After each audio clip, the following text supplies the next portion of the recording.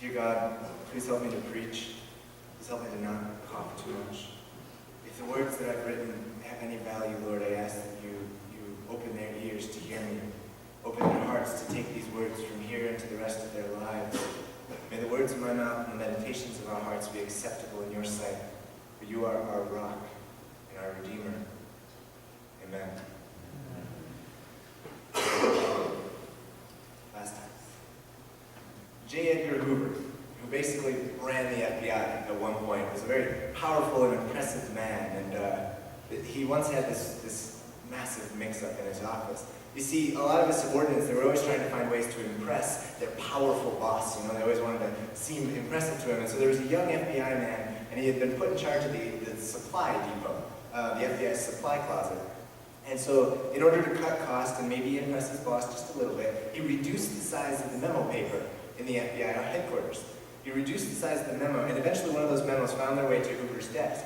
And Hoover took one look at it and decided he didn't like the margins on the paper. He didn't like the shrunk down paper. And so he scribbled on the edge, "Watch the borders." Just scribbled, "Watch the borders."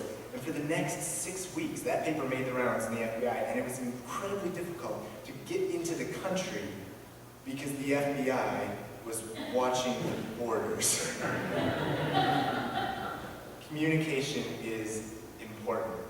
Perhaps never more so than in the marketing world. So many international corporations have embarrassed themselves trying to translate their catchy English phrases into other languages. There was an airline that one time boasted "fly in leather" to talk about their new seats. These amazing, really soft leather seats, first class, all that good stuff.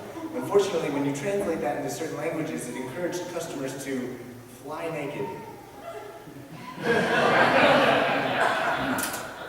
General Motors realized a little bit too late that the line of cars Nova, anybody remember the Nova cars?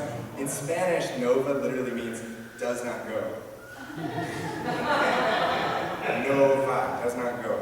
And then of course there's, Budweiser had that manly campaign slogan, "King of Beers." You guys remember King of Beers, right? That was a big deal. It had a little curved crown thing. King of Beers. Unfortunately in Spanish, cerveza is a feminine noun, so it translates as Queen of Beers. And then there's my personal favorite, Coors. Coors Beer encouraged English speakers to turn it loose, which is kind of a fun phrase, party hard, turn it loose. Unfortunately, in Spanish, that has implications that you're suffering from diarrhea. Communication is important. Now, today is the last week of a sermon series called Old Testament Stories of Trust. And over the last 4 weeks, we've been looking at the 4 pieces of trust. First, we talked about competence, about ability. You can't trust someone unless you believe that they can do what they say they can do. And then the second step is integrity. You cannot trust someone unless you believe they have integrity, that they will actually do what they say they're going to do. And then the third step is we can't trust someone unless they are reliable, unless they have integrity again and again, they're consistent. You just can't trust someone. And then the final piece is communication, because the truth is, none of the other stuff matters if you don't know about it, if it's poorly communicated to you. And so today, we turn to our story for today. It's the story of Gideon. Now slowly we've been working through the Old Testament. We started with Noah, which was way at the beginning of the world, and then we followed the Israelites through the desert, and then into the Battle of Jericho, and now we're even past that in our story. So you see, after the Israelites entered the Promised Land, they don't have a leader. They have no leader, and they're just living in the Promised Land, and it's okay. They don't need a leader. And then when a crisis arises, one leader would sort of rise up among the ranks and get them through the crisis, and then the leader would give up his power and go back to being just a normal person.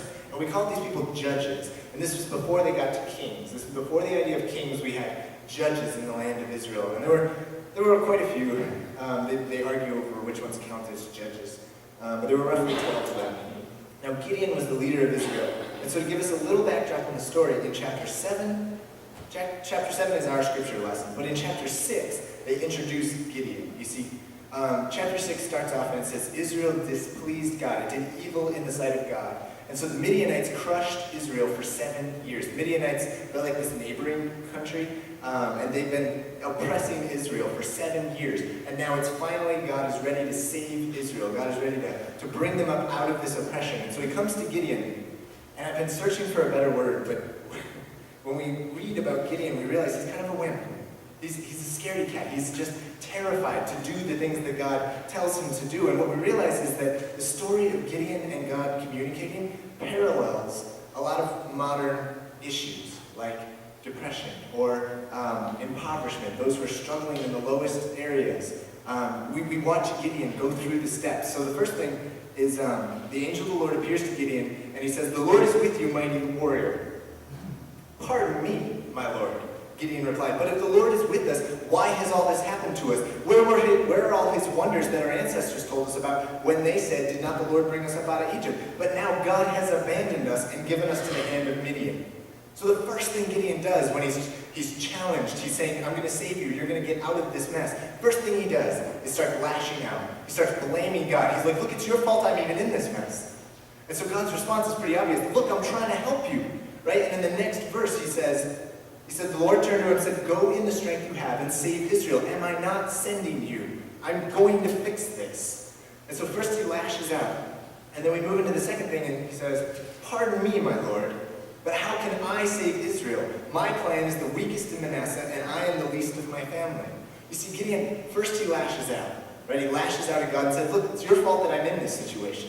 And then after God moves him past that, he starts to say, "Well, I'm too weak. I can't do this." He has no faith. He has no trust. He's kind of a scaredy cat. And so God gives him, so he asks God for some signs. He needs some confirmation.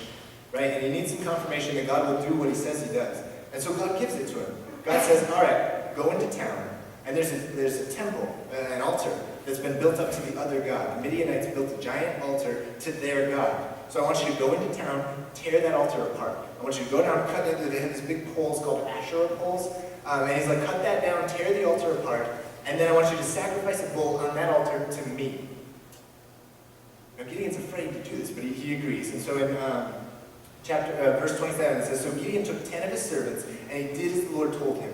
But because he was afraid of his family and of the town people, he did it at night rather than in the daytime." So Gideon, he's still afraid. Now he's following orders. He's doing what he's supposed to do. But he's so scared, he's being sneaky. He's sneaking around at night because he doesn't trust God to get this done. And so he needs even more confirmation. And so 10 verses later, in verse 37, Gideon puts God to the test. And he takes a fleece, like a blanket, and he puts it on the ground outside, and he says, "All right, here's what I want you to do, God. In the morning, with the morning dew, I want the blanket to be wet, and the ground around it to be dry." And so it happens. The next morning, Gideon takes the blanket, and he wrings out all the water, and he can fill a whole bowl with the water. And he says, "Oh, all right, good job." And he lays the blanket on the ground again. He says, "This time, I want the blanket to be dry, but the ground to be wet." You see how he's making God jump through all these hoops because he doesn't trust God? He's slow, and so God is like, "All right." And it happens again the next day. The fleece is dry and the ground is all wet. So Gideon, all right, so now we get to our story for today. Gideon's at the head of the army, 32,000 men. And you see how God he's kind of like carrying Gideon along slowly, showing him again and again. He's being very consistent. And so we get to the beginning, he's got 32,000 men. And God says, "You know what? You've got too many men. So let's trim it down a little bit. 32,000, anybody who's afraid can go home." And I think it's a really key point. Gideon does not go home. He was afraid. He was terrified. "I'm the weakest, I can't do this." But now he's starting to trust God a little bit because God has proved himself a little bit. And so he's starting to listen, is what it really comes down to. He's starting to believe. And so all 22,000 guys leave. Out of 32,000, 22,000 of them leave. And so you've got 10,000 left, and God says, "You know what, you've still got too many people. So everybody go get a drink." And they go to the river, and the guys who stick their face in the river, and then there's the other guys who cup the water, and they drink like this. If you drink like this, you can stay. If you stick your face in the water, get out. 10,000 people reduced down to 300. We started with 32,000. He's got now 300 people. That's less than 1% of what he originally had.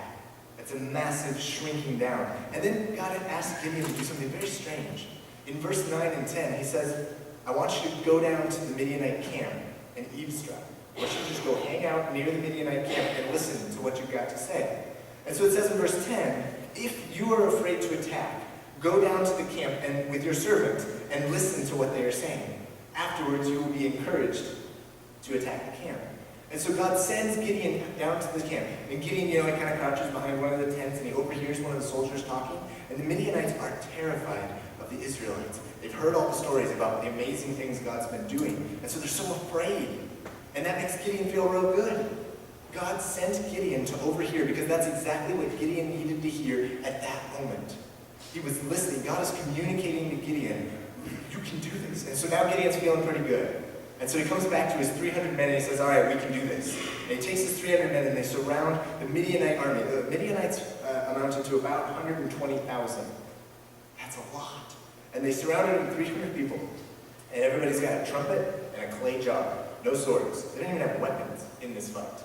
And so they blow their trumpets, they yell really loud, and then they smash the clay jar. And they have a torch inside the clay jar. So when they smash it, it reveals the torches. So it's like a ton of noise and then lots of light and fire. And it's just chaos in the Midianite camp. It says in verse 20 and 21, it says, while each man held his position around the camp, all the Midianites ran, crying out as they fled. And when the 300 trumpets sounded, the Lord caused the men throughout the camp to turn on each other with their swords, and the army fled. And I don't read the rest of that. The difficult words. And the army.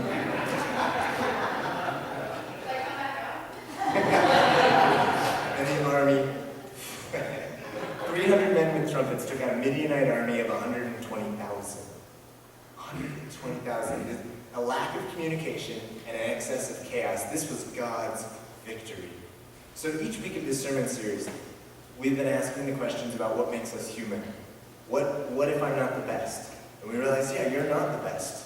That's sort of a realization we have to come to. We are not the best, but God is. And then we ask, well, wait, what if I make a mistake? Yeah, you're going to make a mistake. But God never makes a mistake. Well, wait, what if I'm overwhelmed? What if I'm feeling a little crushed, a little persecuted? Yeah, you're going to feel that way sometimes, but God is with you. And when God is with you, you can make it through. And then the question for today, what if I don't have enough? What if I don't feel like I've got enough to give to the situation? The truth is you'll never have enough. That's true. You're going to feel that way sometimes, but God always has enough. God is always more than enough. Do you see how the answer to every question that makes us human, every question about who we are, the answer to every single one is God. We are human. We're going to make mistakes. We're going to feel overwhelmed. We're going to not be the best. But with God, we become something more. God elevates us to a whole new level. When we don't know how to do something, God does. When we make mistakes, God is there, taking the broken pieces and making them better than they ever were. When we are overwhelmed, God is there to get us through. When we don't have enough, God's love is overflowing. When we lean on ourselves, we fall apart every single time. But when we lean on God, we can make it through. And this shows us something very important about God. God is the source. God is the beginning, the foundation of everything we do. If you build on the wrong foundation, right? If you try to build a really nice house on rotting floorboards, it's going to collapse. It's going to collapse over and over again. But if you build on the right foundation, you can build amazing structures, amazing things for God. Love of God should be the root of everything we do. There's nothing wrong with building these amazing structures, but don't forget the foundation. Don't forget what you're standing on. What if I don't have enough? The truth is, you will never have enough. In life, there is never enough. Without God, you will always have a need for something more. Israelites, they had 32,000 people. Now, that was a big army, but they were going up against 120,000. That's already insane. Right? No way Israel was going to beat an army 4 times their size. And then God said, you know what? You got to reduce the numbers. You got to take away 99% so that there's no possible way that you can misinterpret. This is my victory. I don't want you to think that you can do this. I don't want you to lean on yourself and fail. I want you to lean on me. That's what God says. He says, I want you to lean on me. I need you to realize that I am here to hold you up. See, God knows something very important about humans. We have this tendency to think that we are awesome. Right? We get a little victory, we do a little good, and we start to think, well, we got this. I don't really need God. Right? I'm okay. I can do this all by myself. We take self-affirmation, and we turn it into self-absorption. We take a good thing like confidence, and we turn it into arrogance. It's good to be confident. It's wrong to be arrogant. We take it too far. Basically, we're like a teenager that gets just a little bit of independence. Right? They start to step out on their own, and they think, well, I got this. I can do this all by myself. I don't need my parents anymore. And then you get to the second week of college, right? We think we can do this all on our own without God. We take a small victory and we claim we don't need the rest anymore. We don't need our foundation. In the last few hundred years, for example, we have made some amazing advancements in the medical community. And what's the first thing we did in the medical community? We cut God out of the picture. Immediately, we started throwing God out and saying, we got this. We can do this. This is all us. Right? It's ridiculous. Right? We still blame God for the bad. With all the good things, the surgery and the technologies and the medicines and the pills and all these things, we take all the credit for that. We think, well, this is us. We're building a house on a foundation, and we have forgotten that the foundation is there. We have forgotten where we come from. We get so excited about these new things that we forget where we get it all. God designed the story of Gideon to prove without a doubt this is his victory. No one else. You know, he wants to show them that this is him. God is the source of life, the foundation of existence. For Christians, trusting God is not optional. To live in this world, we have to lean on something. Don't lean on humans. Don't lean on yourself. That will fail. It might work for a little while, but eventually that will collapse. Only God can handle it. Only God can be trusted to fully lean on. The truth is, God is speaking. Are you listening? God is speaking to you right now. Are you listening for the voice of God? In the moments when we are uncertain, when life has forced us to our knees, when we are overwhelmed, basically when we've hit rock bottom, that's a lot of times the only time we open our ears. We only listen. A lot of people think that God only starts to speak when we're at the last second. That's the only time God is speaking to us. But I think the truth is God has been speaking the whole time. We only started listening as a last resort. At the very end, that's the only time we actually start to care about whether God is listening to us. Trusting God starts with opening our eyes. Take a look at your life from heaven's eyes. Try to see what God sees in your life. God looks down on you and says, I love you. I have a purpose for you. You're incredible. I have a plan for you. Try to see what God sees. Try to figure out why God thinks that. How does God speak to us? A lot of different ways. Sometimes he speaks through the words of a friend. Sometimes God speaks through our mouths to other people. Sometimes it's through what we study in this book. Sometimes you open this book and it's exactly what you need. Or while you're reading it, something occurs to you that you never realized before. God speaks to us in a ton of different ways. Sometimes it's a snatch of a song on a radio. It doesn't even have to be a Christian station. But there's a couple of words that stick out, and they're exactly what you needed to hear. God is not limited in how he reaches us. The only limitation in our communication to God is us. It's us. We stop listening. How close are you paying attention? So this week, the challenge is very simple. I want you to ask for God's discernment. I want you to ask God to show you how to listen. Show you how to read the signs of the world.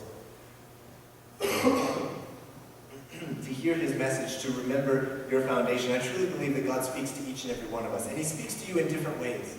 The way God speaks to me is different than the way God speaks to you. But we have to start listening. Just open your ears. Take some time. There's that old hymn, Trust and Obey. You know that one, right? Trust and obey. For there's no other way to be happy in Jesus but to trust and obey. And again and again, over these last few weeks, I've really realized the truth of that song. That we need to trust and obey. Sometimes it's all we can do. But what changes when we trust? When you actually start to do this, when you start to trust God, what changes in your life? It's kind of the so what question. Well, there's a lot of things that change, but we're going to talk about 3 real quick. The first is that you will have peace in your heart. When fear and anxiety and anger and worry rise up in our lives, trusting God is the most effective way to start letting go. If you know that at the end of the day, God is waiting for you, if you actually believe that at the end of whatever is happening, you're going to be okay, it's so much easier to let go of all these things that are crushing down upon us. So the first thing is peace in our hearts. The second step is peace in our relationships. Most of the time, it's other people making us angry or fear or stressed out or worried, right? And if we trust God, we will start to have peace in our relationships. Now, it's not going to just happen, right? It's not like you trust God and poof, all your relationships are perfect. But as we trust God, as we grow closer to God, as we start to lean on him and we study his word and we learn about God, slowly we figure out how to fix our relationship, how to be the men of God that we are supposed to be, right? Husbands and fathers and brothers and everything else, sons. And then how to be women of God who we're supposed to be, who we're meant to be, who God wanted us to be. Wives and mothers and sisters and daughters and everything else. God has an idea for what he wants you to be in this world. Peace in our hearts, peace in our relationship, and then the last step is peace in our actions. Peace in the things we do. If we know that we have given everything we have, we can move forward into the future at peace with whatever comes. If you know, if you trust that at the end of we know the end of the story, if you believe in God's ending to the story, it's okay. Even if we fail, if we try our best, even if we fail, God can take that failure. God can take that failure and use it for his glory and for our good. In fact, everything that happens in life, good or bad, God can use for his glory and for our good in this life or in the next. Let me say that one more time. Everything that happens in life, good or bad, everything that happens can be used by God for his glory and for our good, if we can just start to trust. Now, we still need to work hard, but we can have confidence in the fact that we know the end of the story. We know what's going to happen. Evil doesn't win. Good is going to win this fight at the end of the day. And so I leave you with this. May you trust God. May you find peace. May you stand on a firm foundation of God's love. May you trust and obey. For there is no other way. Amen.